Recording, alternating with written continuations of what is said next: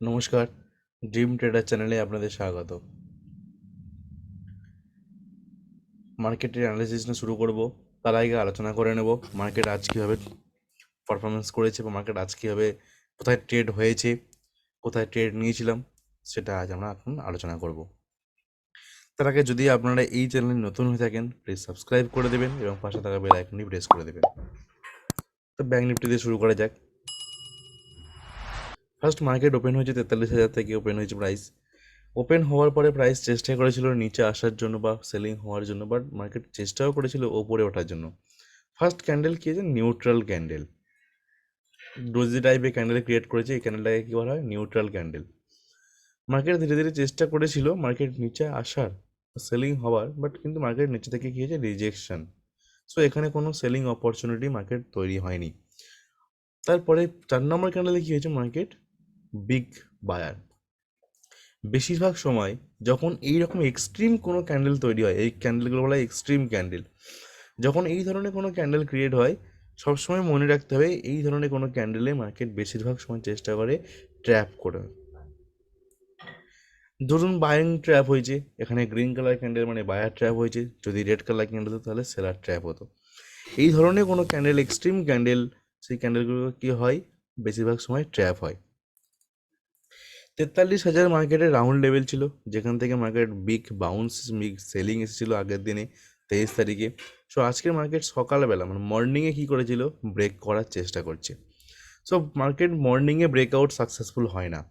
Breakout করতে গেলে 43,000 round level, important resistance level, যেখানে আগের দিন মার্কেট সেলিং এসেছিলো, সেই লেভেলকে ব্রেকআউট করতে গেলে কী করতে হবে?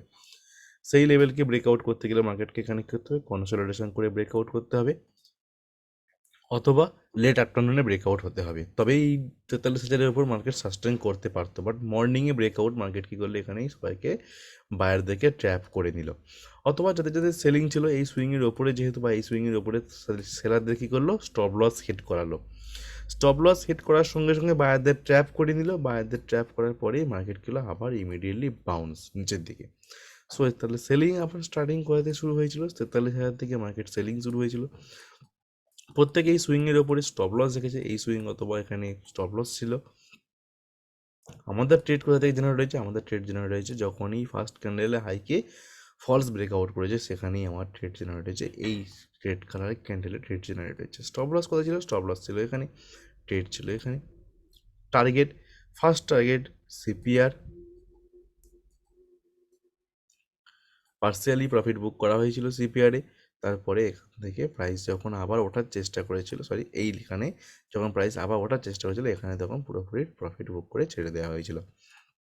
মার্কেট আবারও নিচে গেছে, সিপিআরকে ব্রেক করে প্রিভিয়াস ডে লোয়ের নিচে ক্লোজিং প্রাইসেও মার্কেট সাপোর্ট নেওয়ার চেষ্টা করেছিল, বাট প্রিভিয়াস ডে লোয়ের নিচেও মার্কেট আবার সেলিং হয়েছে। কেন? প্রিভিয়াস ডে লো খুব একটা ইম্পর্টেন্ট ছিল না, কারণ এখান থেকে মার্কেট খুব বেশি বাউন্স দেয়নি বা বাউন্স এখান থেকে বাইং আসেনি। প্রিভিয়াস ডে হাই যেমন ইম্পর্টেন্ট ছিল, এটা সাপ্লাই জোনের মতো কাজ করেছে, এখান থেকে ভালো সেলিং এসে, ঠিক এখান থেকে যদি ভালো বাইং আসতো তাহলে এটা ডিম্যান্ড জোনের মতো কাজ করতো, বাট এখানে থেকে কোনো রকম ভালো বাইং আসেনি। সো এখানে ডিম্যান্ড জোন কাজ করেনি। মার্কেট আবারও প্রিভিয়াস ডে লো ব্রেক করে নিচে এসে মিডিলে কোনো একটা লেভেল থেকে বা এইসব রেজিস্ট্যান্স লেভেল থেকে মার্কেট সাপোর্ট নিয়ে আবার বাইং হওয়ার চেষ্টা করেছে। কিন্তু কালকের জন্য ভিউ কী থাকবে ব্যাঙ্ক নিফটি? আজকের তো গেল ব্যাঙ্ক নিফটি এই রকম পারফরমেন্স, যেটা আমরা সেল করেছিলাম, একটাই সেল, সিপিআই পর্যন্ত টার্গেট ছিল, বাট এত বড় টার্গেট নিতে পারিনি। লেটস ওকে, চলুন তাহলে কালকের জন্য দেখে নিই কালকের ব্যাঙ্ক নিফটি প্ল্যান কী থাকবে। যদি 42,650-এর কাছাকাছি যে লেভেল, মানে যে লোটা করেছে 650 বা 630-এর কাছাকাছি মার্কেট যে লোটা করেছে, সেই লো যদি মার্কেট ব্রেক করে দেয়, ফার্স্ট টার্গেট থাকবে 42,520 বা 42,500 রাউন্ড লেভেলে টার্গেট থাকবে। কাল মার্কেট চেষ্টা করতে পারে, যদি মার্কেট 42,640-এর নিচে আসে তাহলে এই রেঞ্জটা মার্কেট আবার ধরতে পারে। বাট যদি প্রাইস 42,780 বা এই সুইংয়ের ওপরে বা এই সুইংয়ের ওপরে 42,800-র ওপরে যদি মার্কেট আবারও চলে যায়, তাহলে মার্কেট 43,000 লেভেলকে ব্রেক করতে পারে, কারণ 43,000 লেভেলে মাল্টিপল টাইম টেস্ট হয়ে গেছে। সো 43,000 লেভেল ব্রেক করতে পারে।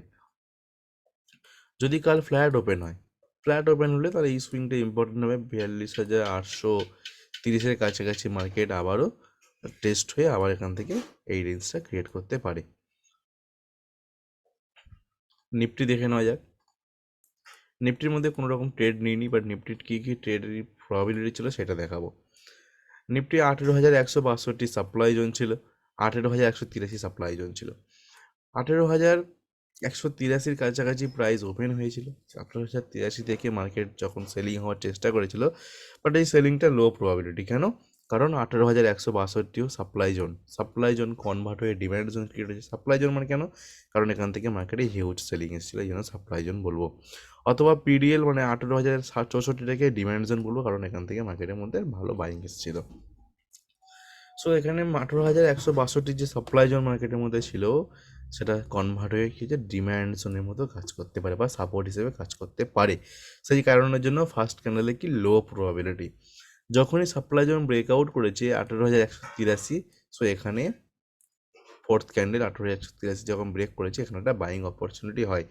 কিন্তু কি, যেহেতু মর্নিং ব্রেকআউট বেশিরভাগ সময় সাকসেসফুল হয় না, বেশিরভাগ সময় মর্নিং ব্রেকআউট ফেল হয়ে যায়। ওকে, বেশিরভাগ সময় যখনই মর্নিং ব্রেকআউট ফেল হয়ে যায়, তখন কী হতে হয়, রিভার্স পজিশন ওপেন করতে হয়। রিভার্স মানে কি, যেহেতু মর্নিং ব্রেকআউট ফেল, সঙ্গে সঙ্গে যখন থেকে মার্কেট রিভার্স আসবে অথবা এই লেভেলে যখন মার্কেট নিচে আসবে, সঙ্গে সঙ্গে কী করতে হয়, মার্কেট একটা রিভার্স পজিশন ওপেন করতে হয়। টার্গেট খুব বেশি হবে না, কারণ যেহেতু মার্কেট এখান থেকে সাপোর্ট নিয়েছিল, তাহলে এই টার্গেট এখানেই হবে। সো নিফটির জন্য আজকে লো প্রবাবিলিটি ছিল ট্রেডিংয়ের ক্ষেত্রে। কিন্তু নিফটির ট্রেড আরেকটা জায়গায় ভালো ছিল, যখন মার্কেট এই সাপ্লাই জোনকে রিটেস্ট করে। যখন প্রাইস সাপ্লাই জোনকে রিটেস্ট করে, তখন নিফটির মধ্যে প্রবাবিলিটি ছিল একটা বাইং হবার বা সেলিং নেবার। কিন্তু যেখানে ব্যাঙ্ক নিফটির মধ্যে অপরচুনিটি ভালো ছিল, সেই জন্য ব্যাঙ্ক নিফটির মধ্যে নেওয়া হয়নি বা নিইনি। নিফটি আরেকটা ডেট কোথায়, যখন সিপিআইকে মার্কেট ব্রেকআউট করে। সিপিআইকে ব্রেকআউট করা মানে কি, মার্কেট মিনিমাম পিডিএল অথবা এই যে সুইং, ফার্স্ট এই সুইংকে এক্সপেক্ট করবে, তারপরে পিডিএল এ মার্কেট আসবে। সো এই দুটো সুইং মার্কেটের জন্য ইম্পর্টেন্ট ছিল, এবং সেখানে সেই পর্যন্ত মার্কেট এখানে আসতে পারে। আমরা যে দেখলাম নিফটি মানে আমরা যখন ব্যাঙ্ক নিফটি কি দেখলাম, দুটো একসঙ্গে দেখলে খুব ভালোভাবে বুঝতে পারবো। যখন দেখলাম যে ব্যাঙ্ক নিফটি এখান থেকে উঠে যাচ্ছে, কেন উঠে যাচ্ছে, যে নিফটির সুইংয়ের জন্য, নিফটির বাইংয়ের জন্য। দেখুন, নিফটি এখান থেকে আগের দিনে বাইং হয়েছিল 2 নাগাদ, ঠিক আজকেরও সেই লেভেলে এসে মার্কেট আবারও এসছে। নিফটি এই বাইং বা নিফটির সাপোর্টের জন্য ব্যাঙ্ক নিফটি এখানে সাপোর্ট ক্রিয়েট করেছিল।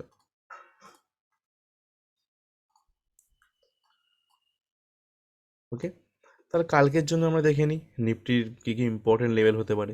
যদি নিফটি 18,080 লেভেল ব্রেক করে দেয়, তাহলে যে গ্যাপটা রেখে গেছে মার্কেটের মধ্যে, এই যে গ্যাপ, নিফটি এবং ব্যাঙ্ক নিফটিও যে গ্যাপটা ছিল 42,500, ওই গ্যাপ ফিল আপ হয়ে যেতে পারে। অথবা নিফটি 18,029-এর যে গ্যাপ, ওই গ্যাপ ফিল আপ হতে পারে। নিফটির মধ্যে প্রবাবিলিটি সেলিং হওয়ার, বাট ব্যাঙ্ক নিফটির মধ্যে প্রবাবিলিটি কি বাইং হওয়ার। ব্যাঙ্ক নিফটির মধ্যে স্ট্রং আছে বাইং হওয়ার, বাট নিফটির মধ্যে সেই স্ট্রং নেই। নিফটির মধ্যে প্রবাবিলিটি সেলিং হয়ে যাওয়া। যদি নিফটি 18,080-র নিচে ওপেন হয় বা 18,070 বা 60-এর কাছাকাছি যদি ওপেন হয়, প্রাইস চেষ্টা করবে এই রেঞ্জটাকে মধ্যে মার্কেট টাইম ওয়েস্ট করা, বা এই মধ্যে মার্কেটকে মোটামুটি এই রেঞ্জের মধ্যেই মার্কেট থাকবে। অথবা যদি মার্কেট ফ্ল্যাট ওপেন হয়, তাহলে খুব বেশি মার্কেটের মধ্যে মুভমেন্ট আশা করব না, কারণ মার্কেটের মধ্যে ন্যারো রেঞ্জ এটা ক্রিয়েট হয়ে যাবে। যদি গ্যাপ আপ ওপেন হয়, গ্যাপ আপ ওপেন হলে যে মার্কেট উপরে উঠে যাবে বা বাইং এসে যাবে, এরকম কোনো প্রবাবিলিটি আমি দেখতে পাচ্ছি না। যদি মার্কেটের মধ্যে হিউজ গ্যাপ আপ ওপেন হয়, তখন আলাদা অ্যানালাইসিস করবো, বাট মার্কেটের মধ্যে দেখতে হবে, কারণ যারা সেলিং করে আছে তারা প্রত্যেকটা সুইংয়ে কী হয়েছে, অ্যাক্টিভিটি করেছে। প্রত্যেকটা যখন মার্কেট সুইং, প্রত্যেকটা সুইংয়ে অ্যাক্টিভিটি হয়েছে। যতক্ষণ না এইসব সুইং ব্রেক করে, ততক্ষণ মধ্যে মার্কেটের মধ্যে ভালো বাইং আসবে না। কিন্তু সেলিং এখনও আছে, কারণ মার্কেটে দেখেই বোঝা যাচ্ছে এখনও পর্যন্ত সেলিং আছে। সো এইসব জায়গায় এখনও পর্যন্ত সেলাররা বসে আছে। মার্কেট স্টপ লস ট্রেল করছে, যারা সেলাররা এখানে সেল করেছিল তারা প্রথমে এখানে মার্কেট যখন হয় তখন এখান থেকে স্টপ লস ট্রেল, ফের যখন প্রাইস এখানে, তখন এখানে স্টপ লস ট্রেল। সো যতক্ষণে 18,140 বা 150-এর উপরে যাবে, ততক্ষণ পর্যন্ত বাইং হবে না। বাট বাইং হলে কেমন হবে, আবার এখানে মার্কেটের মধ্যে রেজিস্ট্যান্স ফেস করবে, ফের ওপরে যাবে, ফের এইখানে গিয়ে রেজিস্ট্যান্স ফেস করবে। এইরকমভাবে মার্কেট হয়তো চলতে পারে, বাট যতক্ষণ না 18,150-এর ওপরে যাবে ততক্ষণ পর্যন্ত বাইং খুব একটা ভালো হবে না। যদি এই রেঞ্জের মধ্যে থেকে মার্কেট ন্যারো রেঞ্জ বা সাইড ওয়াইজ হয়ে যেতে পারে। So thank you. যদি আপনাদের এই ভিডিওটা ভালো লেগে থাকে প্লিজ লাইক দেবেন, লাইক করবেন এবং শেয়ার করবেন।